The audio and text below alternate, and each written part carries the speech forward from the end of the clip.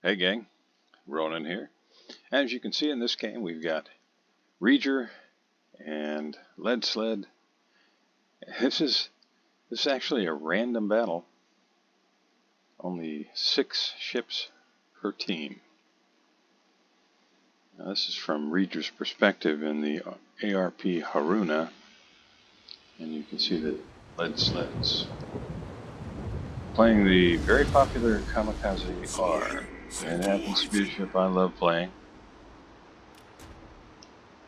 If you are unfamiliar with the ship, it is very similar to what the Imperial Japanese Navy Minakaze used to be in World of Warships.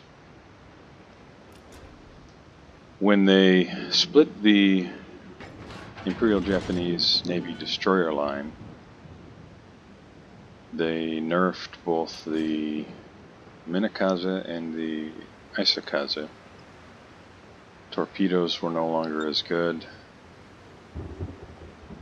Well, by a large margin. Well, the Kamikaze is pretty much what the Minakaze used to be. Now, the Kamikaze R was it was a ship you could pick up basically playing missions. It was you were collecting pearls by playing battles, and you get enough pearls and you could buy the Kamikaze R, which was no big deal at the time because the Minakaze was the tier 5 tech tree ship. And the Minakaze, actually, if memory serves, although I have to admit I haven't looked it up or anything this morning, Minakaze had a little bit better reload on the guns, a little bit better turret traverse, I think. But the torpedoes were identical. But Minakaze was actually a little bit better ship than the Japanese destroyer line. Wow! Nice shot, Reejr. Oh, man! That was beautiful. Okay, everybody. Triple Citadel, right out of the gate from Reejr, and he blapped that Trento. That poor guy, he barely got to full speed before he was out of the game. So anyway, so they were giving away the Kamikaze because, hey, no big deal, we've got the Minakaze in the game anyway that people can climb up the tech tree and get. Then the nerf happened, and suddenly the Kamikaze R became very, very enjoyable to play because the Minakaze was no longer the same ship. Now there are 3 versions of the Kamikaze. There's the Kamikaze, the original Kamikaze. I've got that one on my port. There's the Kamikaze R, and then there's a ship called the Fujin. All 3 of them are identical except for the paint job. That's really the only difference. Kamikaze's original paint job, the premium camo was kind of green hued, although now you've got the option of blue. And then Kamikaze R, as you can see if we ever get a close-up view of it, has kind of a stylized, predominantly blue paint job or camouflage, and then the Fujin is more of a red premium camo. I am still marveling at that Triple Citadel obliteration of a Trento. That was such a beautiful shot over the island. Now, Lead Sled got himself in a little bit of trouble because, well, Visby's got decent guns. And Kamikaze has a lot of things, but it's not really a gunboat. The reload and turret traverse are not very good. But Reejr's on the job. He's going to try and find a way to help out over here. Now, Lead Sled doesn't have to worry about the Janway torpedoes because those torpedoes cannot hit destroyers, but the guns are pretty decent.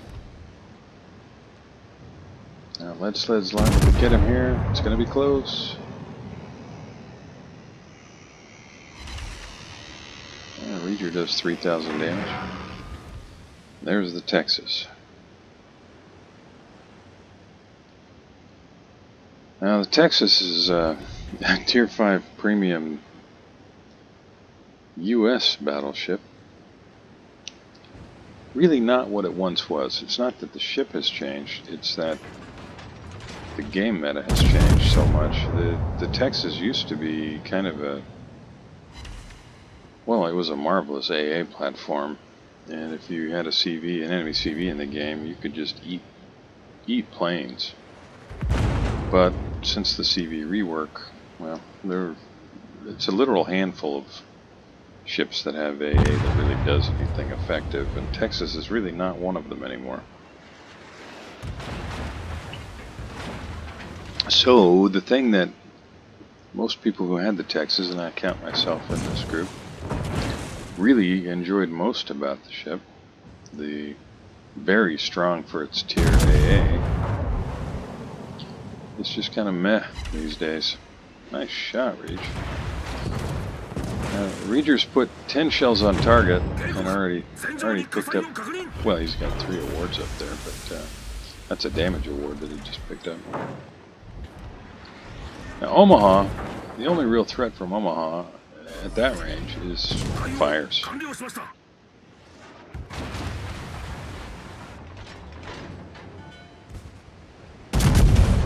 Reejr's aiming into the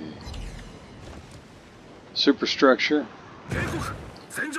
Even at this range, the Haruna shells, which is Haruna is a clone of the Congo. It's an identical ship, just with a different paint job. You can see it's kind of got that neon glow camouflage, and there were a number of the ARP battleships that were a part of what was called the ARP collaboration with World of Warships a few years back.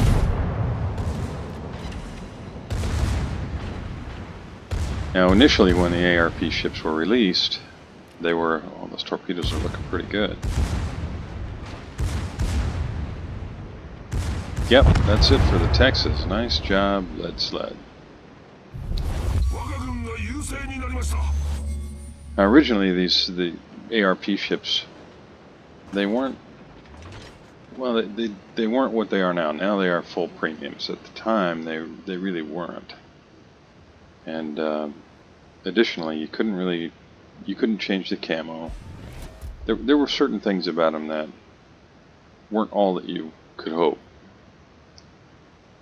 But they subsequently made them full premiums, and now they make, because there's so many of them in particular, they make pretty good captain trainers at low tiers.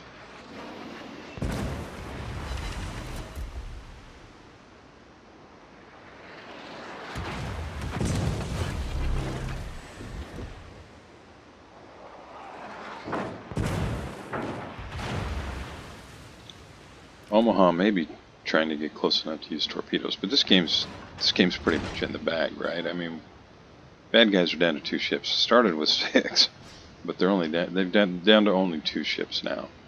So it's just a question of who will be picking up the kills. I think Reejr's probably going to get a shot at flapping this Omaha.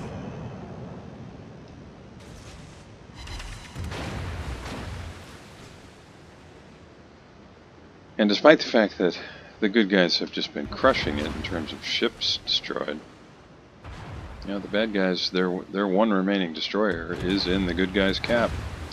So if this Omaha can reset everyone in here long enough, but no,